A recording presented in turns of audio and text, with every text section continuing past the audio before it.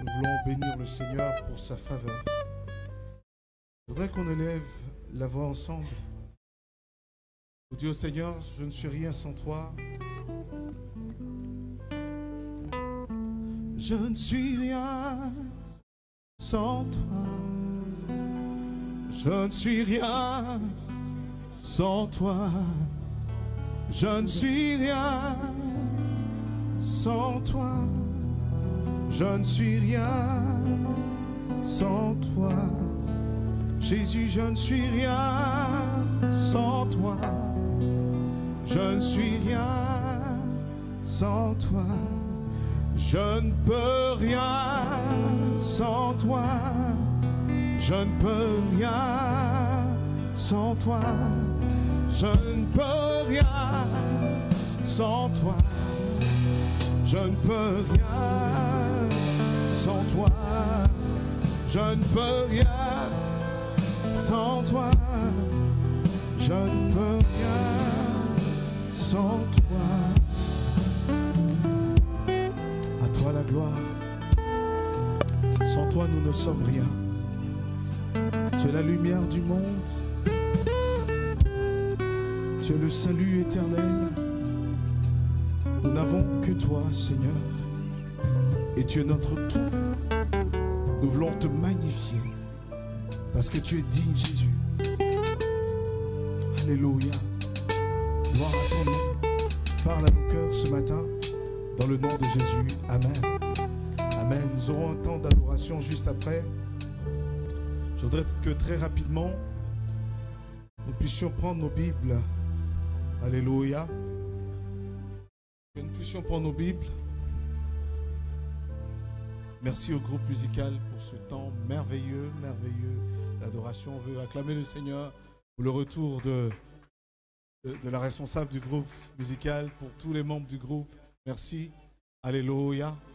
Gloire soit rendue à Dieu. Amen. Amen. Salue quelqu'un à côté de toi. Dis-lui, je suis heureux de te voir. Mais si tu n'es pas heureux, dis je suis heureux. La joie viendra. Alléluia. Amen. Je salue Kim, le retour de Kim. Je salue également Frère Hubert qui est là. Alléluia. Je veux saluer tous les frères et sœurs qui sont là ce matin. Que Dieu vous bénisse. Amen. Nous avons démarré un thème, une étude biblique sur l'intendance chrétienne. Amen. L'intendance chrétienne. Nous avons commencé par définir, par rechercher qui est le propriétaire de tous, définir ce qu'on appelle la propriété. Parce qu'avant de parler d'intendance, il faut parler de la propriété. Et nous avons d'abord demandé qui est le propriétaire de toutes choses. Qui a la propriété de toutes choses? Et nous avons mené une enquête. Nous avons procédé à des hypothèses. Nous avons d'abord défini ce que c'est qu'être propriétaire. La notion de propriété. Être propriétaire, c'est avoir le droit d'user d'une chose. On a appelé l'usus, d'avoir le droit de bénéficier des fruits d'une chose. Et aussi, c'est de disposer de cette chose comme on veut. De l'emmener comme on veut. Et sur la base de cette définition, on s'est posé la question, qui est le propriétaire de toute chose? Nous avons mené une enquête, nous sommes dit peut-être que chaque personne est propriétaire de ses biens, puisque nous avons des droits notariés, nous avons également des titres de propriété, nous avons parfois des éléments qui attestent, des factures qui attestent que nos biens nous appartiennent. Mais est-ce que les biens nous appartiennent réellement? Nous avions formulé une seconde hypothèse. Peut-être que si les biens appartiennent aux individus, c'est du capitalisme. C'est du capitalisme, c'est-à-dire dans le capitalisme, chacun ses biens. C'est un système politique également. Mais il y a un autre système. Et le second système, ce n'est pas le capitalisme, mais le second système, on s'est dit, c'est le communautarisme. C'est-à-dire que les biens appartiennent à tout le monde. Et on peut prendre pour référence Actes chapitre 2, verset 42 ou verset 46, où la Bible dit que les premiers chrétiens avaient tout en possession pour eux ensemble. Étaient-ils des possesseurs ou des gérants? C'était juste une organisation. Et finalement, on s'est dit que l'individu n'est pas propriétaire. Nous naissons nus, nous mourrons nus, nous partirons de la terre comme nous sommes venus, nous retournerons à la poussière, donc nous ne pouvons pas avoir de propriété sur terre. Nous avons vu aussi que la communauté ne peut pas être propriétaire, parce que s'ils étaient propriétaires, nous voyons que parfois les hommes peuvent s'organiser pour avoir quelque chose, mais les économies s'effondrent. Les gens peuvent tout perdre ensemble. Un bien collectif peut se perdre. Alors, finalement, ni l'homme, ni l'individu, ni la collectivité ne sont propriétaires. Qui est le propriétaire? Nous avons vu que le propriétaire de toutes choses, c'est Dieu. Amen. Dieu est propriétaire de tout ce qui existe, et même de nos vies et de nos âmes. La Bible va même jusqu'à dire, si quelqu'un perd son âme, que c'est un homme de gagner le monde et de perdre son âme. On peut même perdre l'âme, donc nous sommes propriétaires de rien. Et Dieu est propriétaire, c'est-à-dire il tient toutes choses. Il peut mettre fin à la vie d'un homme, il peut lui donner de vivre heureux, d'être en paix, d'être riche, d'être pauvre, mais Dieu tient toutes choses. Amen. Et on se dit, oui, Dieu a une propriété, mais quelle est l'étendue de sa propriété? Nous nous sommes rendus compte qu'il est le maître de l'univers. Il est le maître de toutes choses. Alléluia. Et nous nous sommes dit, mais s'il est maître de toutes choses, qu'est-ce qu'il attend de nous? Qu'est-ce qu'il attend de nous? La première chose qu'il attend de nous, c'est que nous puissions être reconnaissants à son égard. Je me lève le matin, je dis merci Seigneur, alléluia. Je peux respirer, je dis merci Seigneur. Il attend de nous aussi que nous puissions nous soumettre à lui. Parce que lui connaît le début et la fin de toutes choses. La Bible nous dit dans Actes chapitre 17 qu'il a délimité nos vies dans le temps et dans l'espace. C'est-à-dire il a délimité nos vies. Il sait combien de temps, il sait quel pays, quel nombre de pays tu vas faire sur terre. Tous les territoires que tu fouleras des pieds, Dieu le sait. Alléluia. Il a délimité l'espace de notre vie. Et la Bible dit aussi qu'il a délimité le temps de notre vie. Puisqu'il a délimité le temps, qu'est-ce qu'on peut faire? Nous soumettre à lui, lui témoigner du respect et lui obéir. On a vu que Dieu est propriétaire. C'est le premier élément à savoir quand on étudie la doctrine on fait une étude de l'intendance chrétienne. Le deuxième élément, c'est de savoir si Dieu est propriétaire. Alors nous, j'ai bien une chemise, j'ai bien une facture, j'ai bien une maison, j'ai bien une famille, j'ai une possession sur terre. J'ai des choses que j'ai avec moi. Mais si je n'en suis pas le propriétaire, qui suis-je? Alléluia. Et là, nous allons voir que nous sommes ce que la Bible appelle des intendants, des administrateurs. Alléluia. Nous sommes, je vais tout doucement, permettez, mon but, c'est vraiment que vous puissiez comprendre. Alléluia. Que vous puissiez comprendre. Et le mot intendant, dans le grec, c'est le mot oikonomos. Oikonomos ou épitropos. Épitropos, oikonomos, d'où vient le mot économie, économe, administrateur. Donc, la Bible nous dit que nous sommes des intendants, donc des administrateurs. C'est-à-dire que cela nous a été confié, mais nous ne sommes pas propriétaires. Et donc, toute la vie, le souffle de vie que nous avons, nous a été confié comme administrateurs. C'est-à-dire que nous avons la responsabilité de gérer ces biens, de gérer nos vies pour quelqu'un. Pour qui? Pour le vrai propriétaire qui est Dieu. Amen. Vous savez, en fonction de cette définition, quelqu'un peut être intendant. Un intendant, c'est quelqu'un qui gère. Un intendant, c'est quelqu'un qui est employé par un propriétaire pour gérer une partie de ses biens. Donc la Bible nous dit, quand on lit les Écritures, on voit dans la Bible qu'il y a eu beaucoup d'intendants.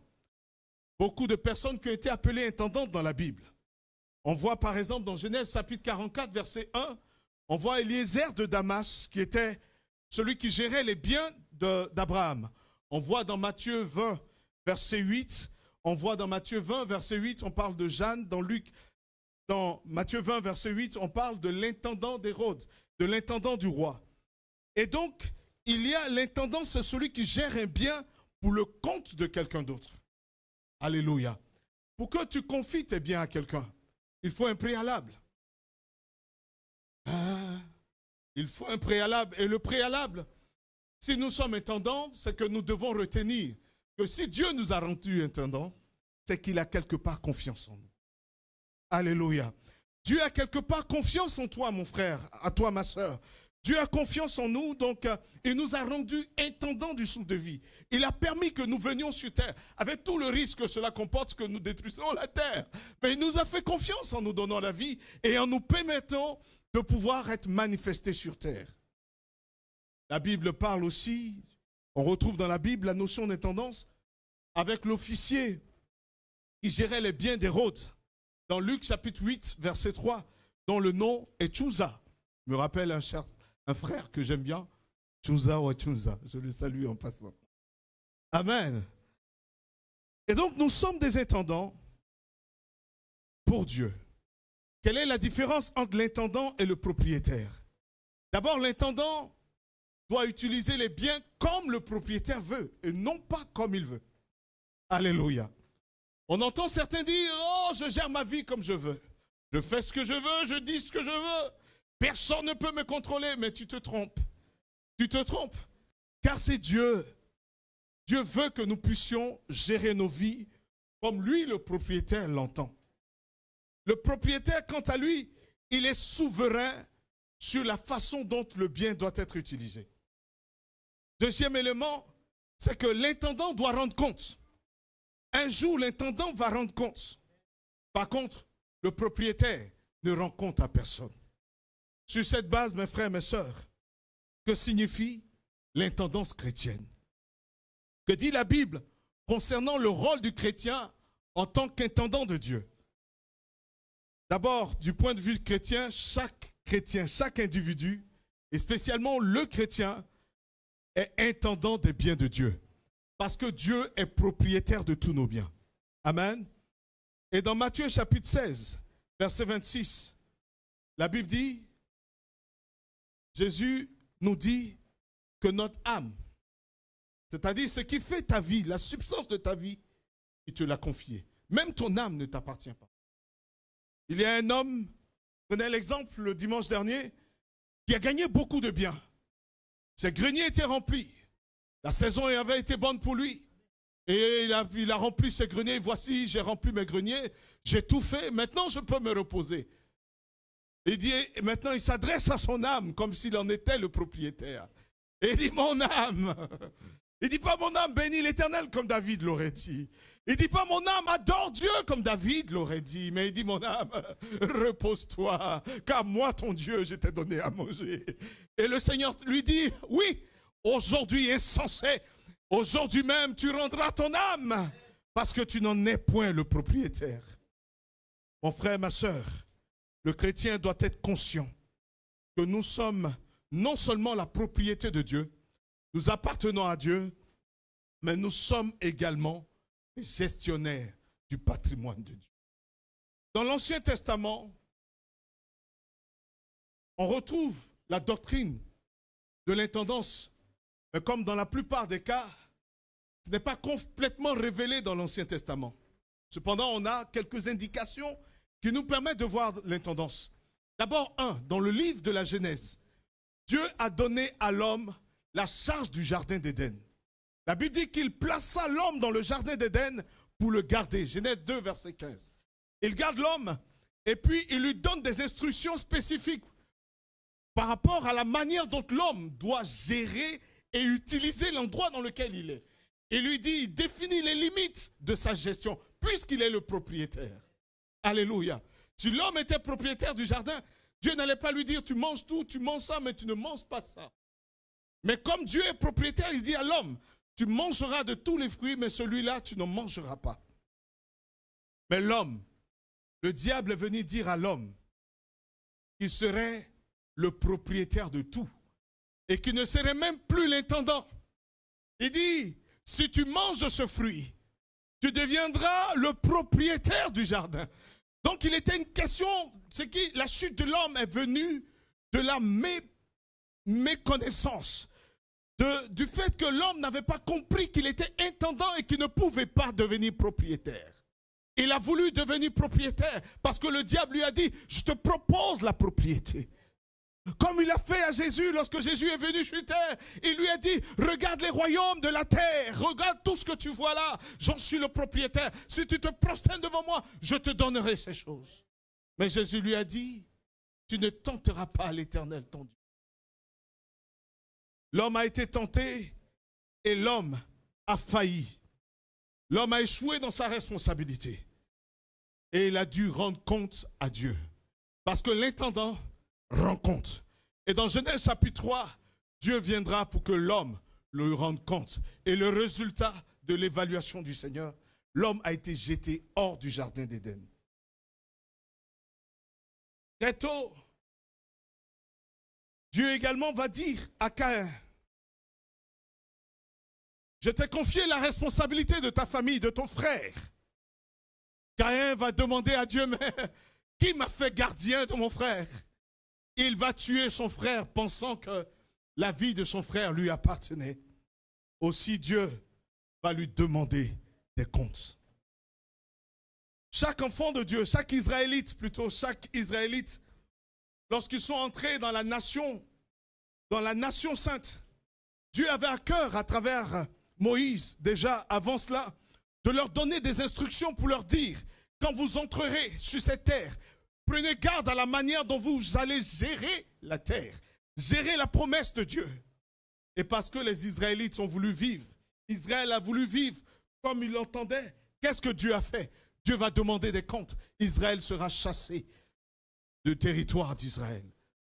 Et les enfants d'Israël vont se retrouver en captivité dans des terres étrangères. Mon frère, ma soeur, c'est délicat, mais nous avons besoin de comprendre l'intendance chrétienne. Dans le Nouveau Testament également, le Seigneur donne la parabole du vigneron, dans Matthieu chapitre 21. Et cette parabole nous montre que le vrai propriétaire, c'est Dieu. Et les vignerons, les intendants, c'était Israël. Et la vigne, c'est le royaume. Et Israël a reçu le royaume, mais Israël n'a pas su en prendre soin. Et les païens que nous sommes, nous avons reçu la grâce. Jésus également va donner plusieurs enseignements. Matthieu chapitre 25, la parabole des talents, nous rappelle, pour nous enfants de Dieu, que nous sommes des gestionnaires et que Dieu nous a confié des dons, des talents, des capacités que nous devons mettre à son service. Amen. Que nous devons mettre à son service. Et les apôtres également vont enseigner en disant, vous êtes des dispensateurs. 1 Pierre chapitre 4 verset 10. Vous êtes des dispensateurs de la grâce de Dieu. Soyez de bons administrateurs de la grâce de Dieu. Jésus nous donne le modèle parfait de l'intendance. Pour comprendre l'intendance, il faut regarder à Jésus. Il va nous donner le modèle parfait. Jésus donne l'exemple. D'abord, l'exemple en nous montrant comment marcher en considérant Dieu comme le propriétaire de nos vies et en étant un bon intendant. D'abord, Jésus va se montrer, il avait su tout de suite qu'il devait gérer les affaires de Dieu. Il savait qu'il était gestionnaire des affaires de Dieu. Dans Luc chapitre 2, verset 49, la Bible dit que les parents de Jésus ne le retrouvaient pas. Ils ne le retrouvaient pas, il s'était perdu. Il était jeune encore dans son enfance.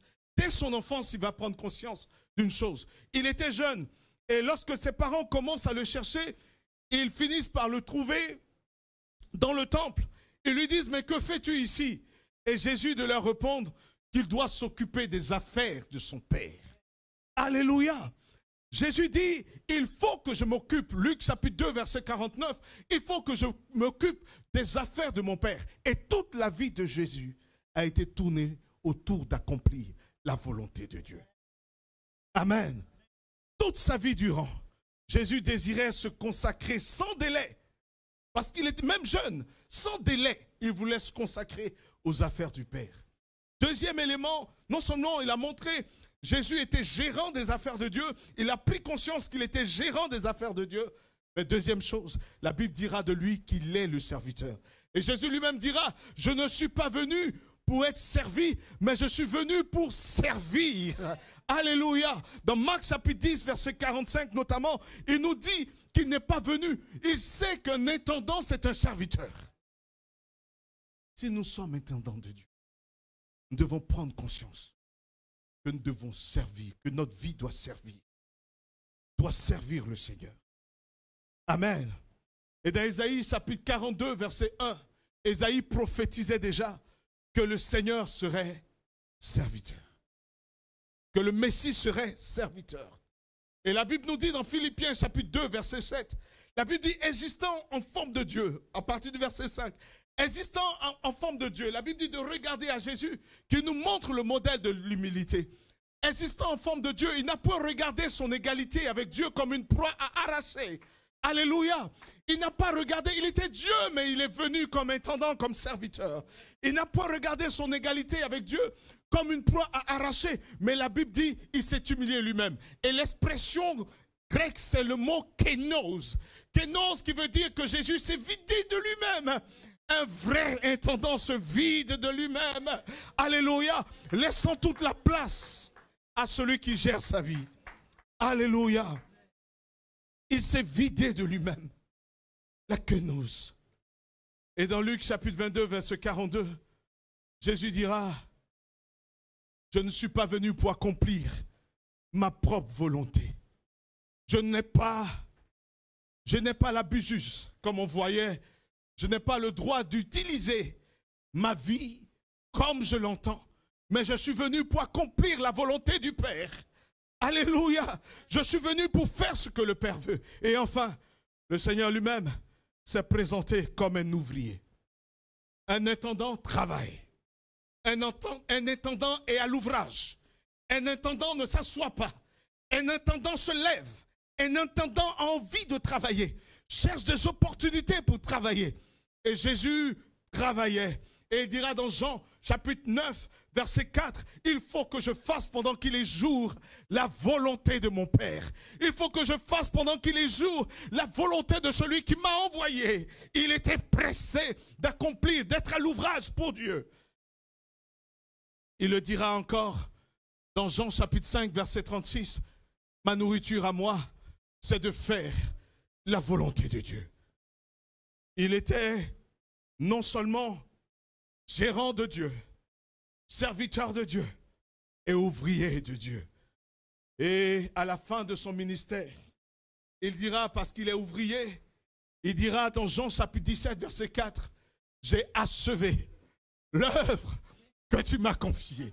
J'ai achevé ce que tu m'as donné de faire. Parce qu'il s'est rendu fidèle dans ce que Dieu lui a confié. Donc, ce qui nous emmène à nous poser la question de savoir qu'est-ce que Dieu attend? Quelles sont les exigences de Dieu à l'égard d'un intendant? Et les deux versets de base que nous avons lus la dernière fois nous donnent donc la réponse. Dans 1 Corinthiens chapitre 4, verset 1 au verset 2, la Bible dit qu'on nous regarde comme des serviteurs de Christ et des dispensateurs des mystères de Dieu. Du reste, ce qu'on demande d'un dispensateur, c'est que chacun soit trouvé fidèle. Ce qu'on demande d'un dispensateur, un véritable administrateur, ce qu'on va demander de lui, c'est qu'il soit fidèle. Et on continue dans 1 Pierre chapitre 4, verset 10, la Bible dit comme de bons dispensateurs des diverses grâces que chacun de vous se mette au service des autres les dons que tu as reçus. Que tu mettes au service des autres ce que tu as reçu. Alléluia. Amen. Donc, qu'est-ce qu'un bon intendant alors? Le premier critère que Dieu donne, c'est la fidélité. La fidélité. La fidélité. Dis avec moi fidélité. L'intendant est une personne de confiance. Est la personne de confiance du propriétaire. Sachez que le fait de vivre est un gage de confiance que Dieu nous fait. Amen. Qu'est-ce qui prouve que le pasteur Narcisse venant sur terre ne va pas provoquer une guerre mondiale? Dieu a pris le risque. Oh, Dieu m'en garde.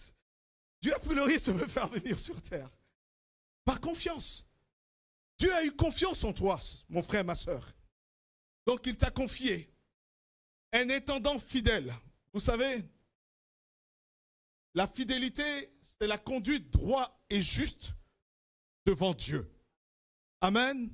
Le premier critère, la fidélité, c'est la conduite droite et juste devant Dieu. Celui qui est fidèle agit d'après les instructions qu'il a reçues. Alléluia. Un intendant fidèle, c'est quelqu'un qui mène à bien toutes ses responsabilités et qui s'occupe de façon suivie des intérêts de son maître. Donc, un chrétien intendant, c'est quelqu'un qui doit chercher par tous les moyens à faire en sorte que les intérêts de Jésus-Christ sur terre, notamment les intérêts de son royaume, soient manifestés.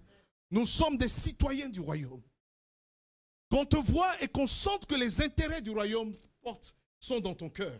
Alléluia. Ainsi donc que chacun de nous est un intendant des biens de Dieu, il doit être fidèle. Alléluia. Deuxième critère, c'est l'intégrité. Dans Tite 1, verset 7, la Bible nous dit que l'évêque, Tite 1, verset 7, la Bible dit que l'évêque soit trouvé irréprochable. L'intégrité. L'évêque, le mot évêque, ici, il a été beaucoup détourné parce que vous savez, peut-être beaucoup de personnes cherchent des subtilités pour contrôler un peu le peuple de Dieu. Il y a quelques petites subtilités que des hommes de Dieu trouvent. Le mot évêque, c'est le mot épiskopos. Épiskopos, c'est le mot grec qui veut dire surveillant, administrateur. La Bible dit que l'administrateur des biens de Dieu soit trouvé fidèle, soit trouvé irréprochable. Ce qui signifie qu'on lui a confié des ressources de Dieu, et des ressources des biens, et sa conduite devait être irréprochable. Il doit vivre de sorte à ce que personne ne puisse trouver de lui un sujet d'accusation. Amen. Il doit faire de sorte que personne ne l'accuse. Personne. Il ne doit pas traîner des casseroles autour de lui. On dit, lui, il a plein de casseroles. Hein. Quand il passe, c'est du vacarme. Non, on ne doit pas trouver en toi de mauvaises choses. Malheureusement, aujourd'hui, les chrétiens, nous laissons parfois des témoignages qui sont mauvais devant le monde. Nous laissons parfois des témoignages. Vous savez, quelquefois, les gens peuvent avoir une mauvaise opinion d'un propriétaire à cause du mauvais gérant. On peut avoir une mauvaise opinion d'un propriétaire parce que le gérant, il est méchant. Par exemple, quand tu arrives dans une boutique, le gérant n'est pas le propriétaire, il n'est que le gérant. Imagine que tu arrives et puis tu es mal reçu dans la boutique. Tu dis, bon, moi, à compter d'aujourd'hui, je ne vais plus dans cette boutique. Quand tu vois ce genre de magasin, quand tu vois l'enseigne même, tu te détournes parce que tu dis, là-bas, ils sont réputés pour mal accueillir les gens. Et personne. Et parfois, on donne des notes. Tu vas sur Internet, on note le magasin, on dit, surtout, ne partez pas là-bas. Vous savez, en marketing, on appelle ça le Net Promoter Score. Net Promoter Score. C'est en fait la propension de quelqu'un à valoriser, quelqu'un qui est en train de consommer un bien, tellement il prend plaisir, il devient celui qui fait la publicité de ce bien. Et parfois, à cause de la manière dont nous vivons, la manière dont nous marchons, nous poussons les gens à ne pas aimer Dieu. Parce que nous sommes de mauvais intendants. Les gens n'ont plus envie de servir Dieu. Vous savez, ça coûte quoi à Dieu de nous rendre prospères, de nous rendre riches, de nous élever, professionnellement comme dans la vie. Dieu veut que nous soyons élevés. Et c'est le désir de Dieu. Et Dieu veut te bénir en sorte que le monde voit. Dieu voit comment tu gères tes premiers biens. Dieu voit que dès qu'il te donne net, oh, savez qui je suis. Attention, hein, moi j'ai une Rolex, moi. J'ai une Rolex. Tu sais combien de voitures j'ai? Viens regarder dans mon parc automobile. Dieu sait comment nous allons gérer ces biens. Vous savez, parfois, on voit mal le propriétaire parce que celui qui gère le bien le gère mal. Ce ne sont pas seulement des biens physiques, mais notre santé également. Notre santé, notre propre vie. Amen. Notre manière de gérer nos corps, notre manière de gérer notre vie, notre santé, la manière dont nous gérons notre santé. Hey. Il y a des gens qui prennent du KFC à minuit, 1h du matin, après il va se taper un somme. Il dit, ah, Dieu me garde. Nous devons, mes frères et mes sœurs, prendre garde à la manière dont nous gérons nos vies. Qu'est-ce que Ruth allait dire de Boaz si l'intendant de Boaz n'avait pas laissé à Ruth la possibilité d'aller glaner, d'aller chercher quelques petites graines dans le champ de Boaz. Et c'est comme ça que Ruth va rencontrer, par le fait que cet homme a laissé accès à son champ, elle saura que c'est un homme généreux. Parfois, ta manière même d'agir, quand tu n'es pas marié, un homme va dire, ah, voilà la femme que je veux. Amen. Parce que je dis, mais elle a des valeurs, elle a des principes, elle marche selon les principes du royaume. C'est une femme comme ça que je vais épouser. Alléluia. C'est important. La fidélité est la conduite juste envers Dieu, l'intégrité est la conduite juste envers les hommes. La manière dont nous devons gérer, conduite droite et juste envers les hommes. Tout ce que nous avons, comment nous gérons, comment nous agissons, nous devons accomplir notre devoir à l'égard de Dieu avec droiture. Troisième élément, c'est la sagesse. La sagesse. Première exigence, c'est la fidélité. Deuxième exigence, c'est la sagesse. Nous devons gérer les biens de Dieu avec sagesse. Un sage intendant va faire un bon usage des dispositions, il ne va pas gaspiller. Vous vous rendez compte que Jésus multiplie le pain et puis il dit, ramassez le reste, que rien ne se perde. Il pourrait dire, ah non, allez, j'étais cela un peu partout là, piétiné. Mais Dieu n'est pas un Dieu de gaspillage. Le Seigneur a horreur du gaspillage. Et Dieu ne veut pas que tu gaspilles. Prends garde à la manière dont tu gères ces biens. Joseph a été un exemple remarquable de la manière de gérer avec sagesse les biens d'autrui. Joseph va gérer les biens de Potiphar avec sagesse. Joseph il va gérer les biens de l'Égypte avec sagesse en sorte que le monde sera sauvé de la faim à cause de la décision d'un homme qui a été touché par la sagesse de Dieu et il va prendre la bonne décision. Amen. Je vais aller rapidement. On a vu les exigences de Dieu. Maintenant, quelle est la responsabilité d'un intendant? Ce que le propriétaire exige, c'est que nous soyons fidèles, intègres, sages dans la manière dont nous gérons.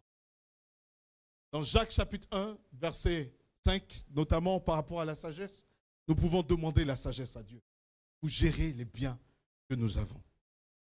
Notre responsabilité, la responsabilité d'un intendant, c'est d'abord de suivre les instructions de celui qui l'a établi. Amen. De suivre les instructions de celui qui t'a confié la vie. De suivre ses instructions, de marcher dans l'obéissance à la parole de Dieu. Amen.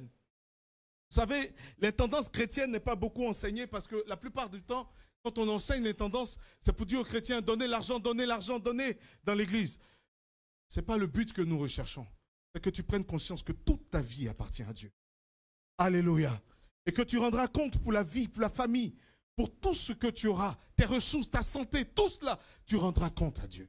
Le nombre d'années que tu auras vécu, parce que Dieu a fixé un terme, mais il y a des gens qui vont plus tôt, qui meurent beaucoup plus tôt que le thème qui a été fixé. Quand on lit les Écritures, on voit l'exemple de Guédalia au temps de la captivité. Cet homme devait vivre longtemps. Dieu l'avait établi pour être la consolation d'Israël. Mais parce que cet homme va prendre une mauvaise décision. Lorsque Dieu l'avertissait, Dieu disait non, fais attention. Fais attention, Dieu a envoyé des gens plusieurs fois pour le prévenir. Mais il va mourir avant son temps. Et au dernier moment, quand les dernières personnes que Dieu a envoyées vers lui, c'est pour dire pourquoi est-ce que tu mourrais avant le temps? Fais attention.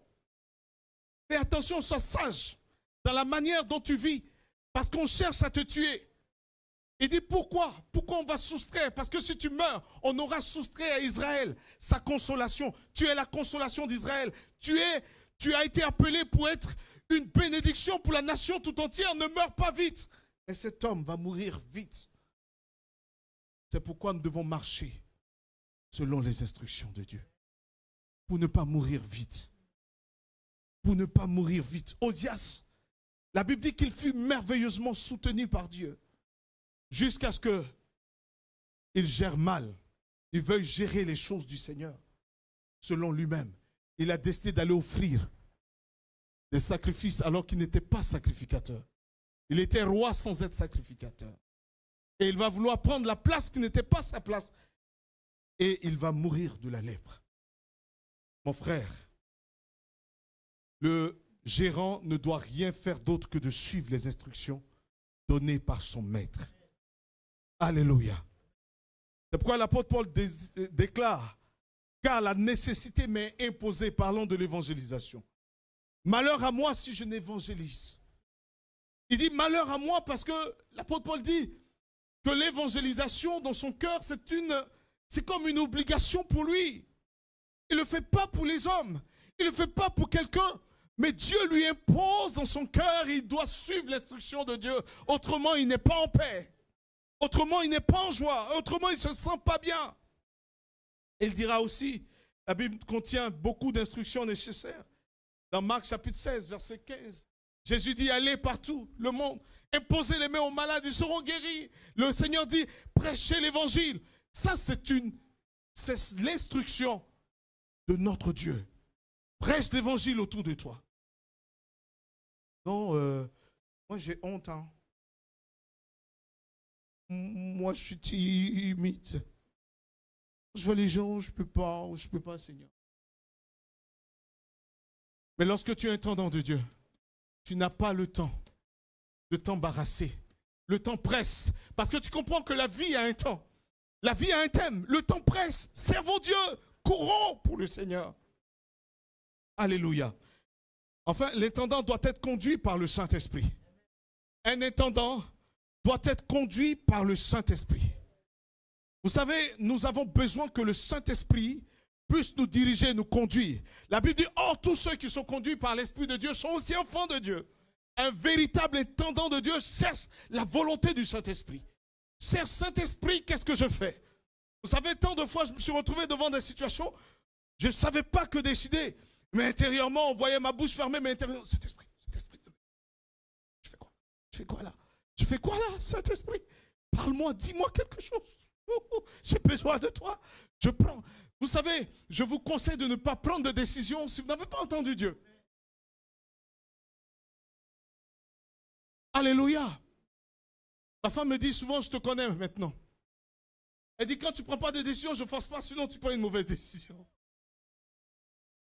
Vous savez, et toutes les fois où j'ai voulu prendre une décision pour faire plaisir, ou pour me faire plaisir à moi-même, je me suis trompé. Je me suis gouré. Et j'ai tellement fait de fautes, tellement fait des erreurs, que j'en ai tiré des leçons. Et aujourd'hui, je regarde à Dieu. Malheur à moi si je n'accomplis pas la volonté de Dieu. Amen. Et pour le faire, nous avons besoin du Saint-Esprit. Nous avons besoin que le Saint-Esprit nous remplisse et nous conduise. Alléluia. Le Saint-Esprit seul peut nous aider. Le Saint-Esprit seul peut nous pousser à accomplir ce que Dieu attend de nous. Enfin, ce que Dieu attend, la responsabilité. D'abord, on a vu que sa responsabilité, c'est de suivre les instructions. Première responsabilité. Deuxième responsabilité, c'est de laisser le Saint-Esprit. Parce que laissez-moi vous dire qu'une œuvre qui n'est pas impulsée par le Saint-Esprit ne sera pas comptabilisée. Vraiment, je voudrais vous encourager. Même que je balaie, que je le fasse par le Saint-Esprit. Amen. Que je chante, que je joue la guitare, que ce soit par le Saint-Esprit. Amen. Et je crois que c'est par le Saint-Esprit que le frère Francis joue la guitare ici. Alléluia. Amen. Que je chante, que ce soit par le Saint-Esprit. Alléluia. Que je gère les instruments, je tienne la caméra, que je balaie, que je nettoie, que je chante, que je crie, que je couche. Que ce soit par le Saint-Esprit, mes frères, mes sœurs. Donc, suivez le Saint-Esprit. Suivez le Saint-Esprit. L'apôtre Paul a dû attendre les instructions de Dieu avant de continuer. Dans Actes chapitre 16, il voulait lui-même faire, mais il a dû attendre. La Bible dit le Saint-Esprit, il dira le Saint-Esprit m'en a empêché. L'Esprit de Dieu peut t'empêcher de faire. Suis le Saint-Esprit. Alléluia. Et dernier élément, c'est que l'intendant doit investir son bien. Dieu ne t'appelle pas à entretenir seulement ton bien, mais à l'investir. J'ai de l'argent, je dois l'investir. Amen. J'ai le souffle, je dois l'investir. J'ai des talents, je dois investir mes talents. Amen. J'ai la capacité de prêcher, je dois investir. J'ai des dons, des talents, je dois les investir. Non seulement dans l'église, mais dans le monde également. Amen. Alléluia. Je dois investir. Investir est extrêmement important. La Bible parle dans Matthieu chapitre 25, verset 14 au verset 30, de la parabole des talents. La Bible dit qu'un homme a distribué des talents. Quand il a distribué les talents, quand il revenait, est-ce que c'était pour trouver les mêmes talents? Quelque chose que tu n'as pas semé ne peut pousser. Quelque chose que tu n'as pas investi ne peut fructifier. Il y a des gens, tu peux avoir des dons, des talents, tant que tu t'assois sur ces talents ne vont pas prospérer. Nous avons une responsabilité, c'est d'investir. Et quelle est donc la manière chrétienne d'investir? Je voudrais qu'on prenne ensemble 2 Corinthiens, chapitre 9, versets 6 à 8.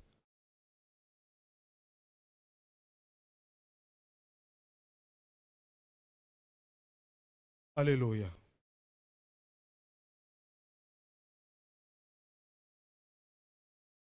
Amen. La Bible parle de la semence. La Bible dit, ce qu'un homme aura semé, sachez que celui qui sème peu, moissonnera peu. Alléluia. Supposons que j'ai un champ de plusieurs hectares. Si je sème dans la moitié, je vais moissonner à la dimension de la moitié. Plus je sème, plus je moissonne. Plus je sème ma vie, plus je moissonne. Alléluia. Mais celui qui sème peu va moissonner peu. Lorsque nous donnons à Dieu, quand je parle de donner à Dieu, c'est financier aussi, parce qu'il ne faut pas l'occulter aussi. Alléluia. Pas dire aux gens, pour vous faire fun, tu peux ne pas apporter dans la maison du Dieu, c'est pas grave. Nous, ce qu'on veut. Nous avons besoin de payer le local, comme on vient ici. Nous avons besoin de payer les charges de l'église. Nous avons besoin aussi d'investir dans les travaux, dans tout ce que nous sommes en train de faire. Nous avons besoin d'argent, mais nous avons aussi besoin de cœur. Alléluia. Nous avons surtout besoin de cœur. Besoin de personnes qui prennent conscience qu'ils ne s'appartiennent pas à eux-mêmes. Pour pouvoir investir, tu dois savoir que tu as reçu des talents. Dieu ne nous a pas laissé son talent. Des gens diront, mais moi je ne connais pas mon talent. Tu as reçu quelque chose. Tu as des talents. La parabole des talents nous donne un enseignement, c'est que tout homme a un talent. Et si tu as un talent, il faut que tu le mettes au service du Seigneur. Tout homme a quelque chose. Ça peut être un talent, ça peut être un don. Ça peut être des capacités, ça peut être même un sourire. Alléluia. Amen. Je vous assure que le sourire, il est efficace. Un jour, à l'arrêt de bus qui est là, il y a un homme qui m'a arrêté. Il m'a arrêté, il me dit, monsieur, il y a longtemps que je souhaitais vous voir. Et là, j'ai l'occasion de vous voir. J'ai une question à vous poser. J'ai dit, oui, j'écoute. Positionné, je ne connais pas le monsieur. Il dit, à chaque fois que je vous vois, vous êtes souriant. Vous êtes heureux. Dites-moi, qu'est-ce que vous prenez? Il s'attendait à ce que je lui dise du shit. Mélangé avec de l'héroïne. Je lui ai dit, je bois à la source de Dieu. Tu veux savoir pourquoi je suis joyeux? C'est Jésus. Alléluia. J'ai investi mon sourire. Amen. J'ai investi ma joie de vivre. Alléluia. Tu dois investir ton zèle. Allez, amen. Vous savez, lorsque je suis à l'église, tout le temps, je suis zélé. Quelqu'un m'a déjà vu sans zèle à l'église? Dites-moi, ça fait des années, vous me connaissez. Jamais mon zèle n'a baissé. Alléluia. Ça fait des années. Parce que mon zèle est un investissement. Quand je viens ici, ma joie, certaines personnes te voient heureuse, heureux. Ils se disent, mais Sandra, elle vient à l'église. Quand je vois Sandra de plus en plus, elle est joyeuse et tout ça, j'ai envie de venir. Gloire à Dieu. Et mon frère, ma soeur, tu as besoin d'investir. Qu'est-ce que c'est qu'investir? Investir, c'est mettre, c'est faire fructifier. Faire fructifier. Et Dieu a son plan d'investissement. Le plan d'investissement de Dieu, j'ai fait un petit chemin qui n'est pas là, mais la base, c'est Dieu. Dieu lui-même. Investir pour Dieu. Investis ta famille. Investis tout ce que tu es. Tes connaissances, ton savoir, ton imagination. Je sais décorer. Investis ton talent. Investis-le d'abord pour Dieu. Vous savez, lorsque je dis à Élie, va à Sarepta, j'ai ordonné à une veuve de te donner, de te nourrir. Élie arrive à Sarepta, c'est une grande famine. C'est la sécheresse absolue. Et puis, il arrive chez la veuve. Il lui dit, donne-moi à manger. La veuve le regarde, elle dit, j'ai un peu de farine, j'ai un peu d'huile. Je consomme avec mon fils, on s'apprête. C'est notre dernier repas. Après ce repas, c'est terminé pour nous. C'est fini, après on s'endort pour mourir tranquillement. Et c'est à ce moment-là que vous êtes arrivé, cher homme de Dieu. Et l'homme de Dieu de dire, fais-moi à manger. Moi je suis là, je vais dire, vraiment, ça c'est les hommes de Dieu véreux, c'est les égoïstes. Ah le gars, ça c'est pas, je viens de l'attraper, le mec n'est pas bien. Il n'est pas bien ce gars-là. C'est un trompeur. Et Dieu était en train de tester cette femme. Alléluia. Je ne vous ai pas dit d'envoyer vos biens pour que je puisse manger. Non, non, non. Pas de ça que je parle. Alléluia. Il ne faut pas prendre les choses à la lettre. Hein. C'est spirituel ce que j'explique. Alléluia. Amen. C'est spirituel ce que j'explique. Et il lui dit, donne-moi à manger. Donne-moi d'abord à manger. D'abord, mais en réalité, il venait avec un mandat prophétique de Dieu. C'est dans ce mandat prophétique de Dieu qu'elle devait investir. Elle lui donne à manger. Mais subitement, la loi de la multiplication se met en marche. Alléluia. Jésus n'est-il pas Dieu? Lorsqu'il se retrouve avec cette foule dans le désert, alors que la nuit, le jour est avancé et que le peuple est fatigué, épuisé, il ne peut pas retrouver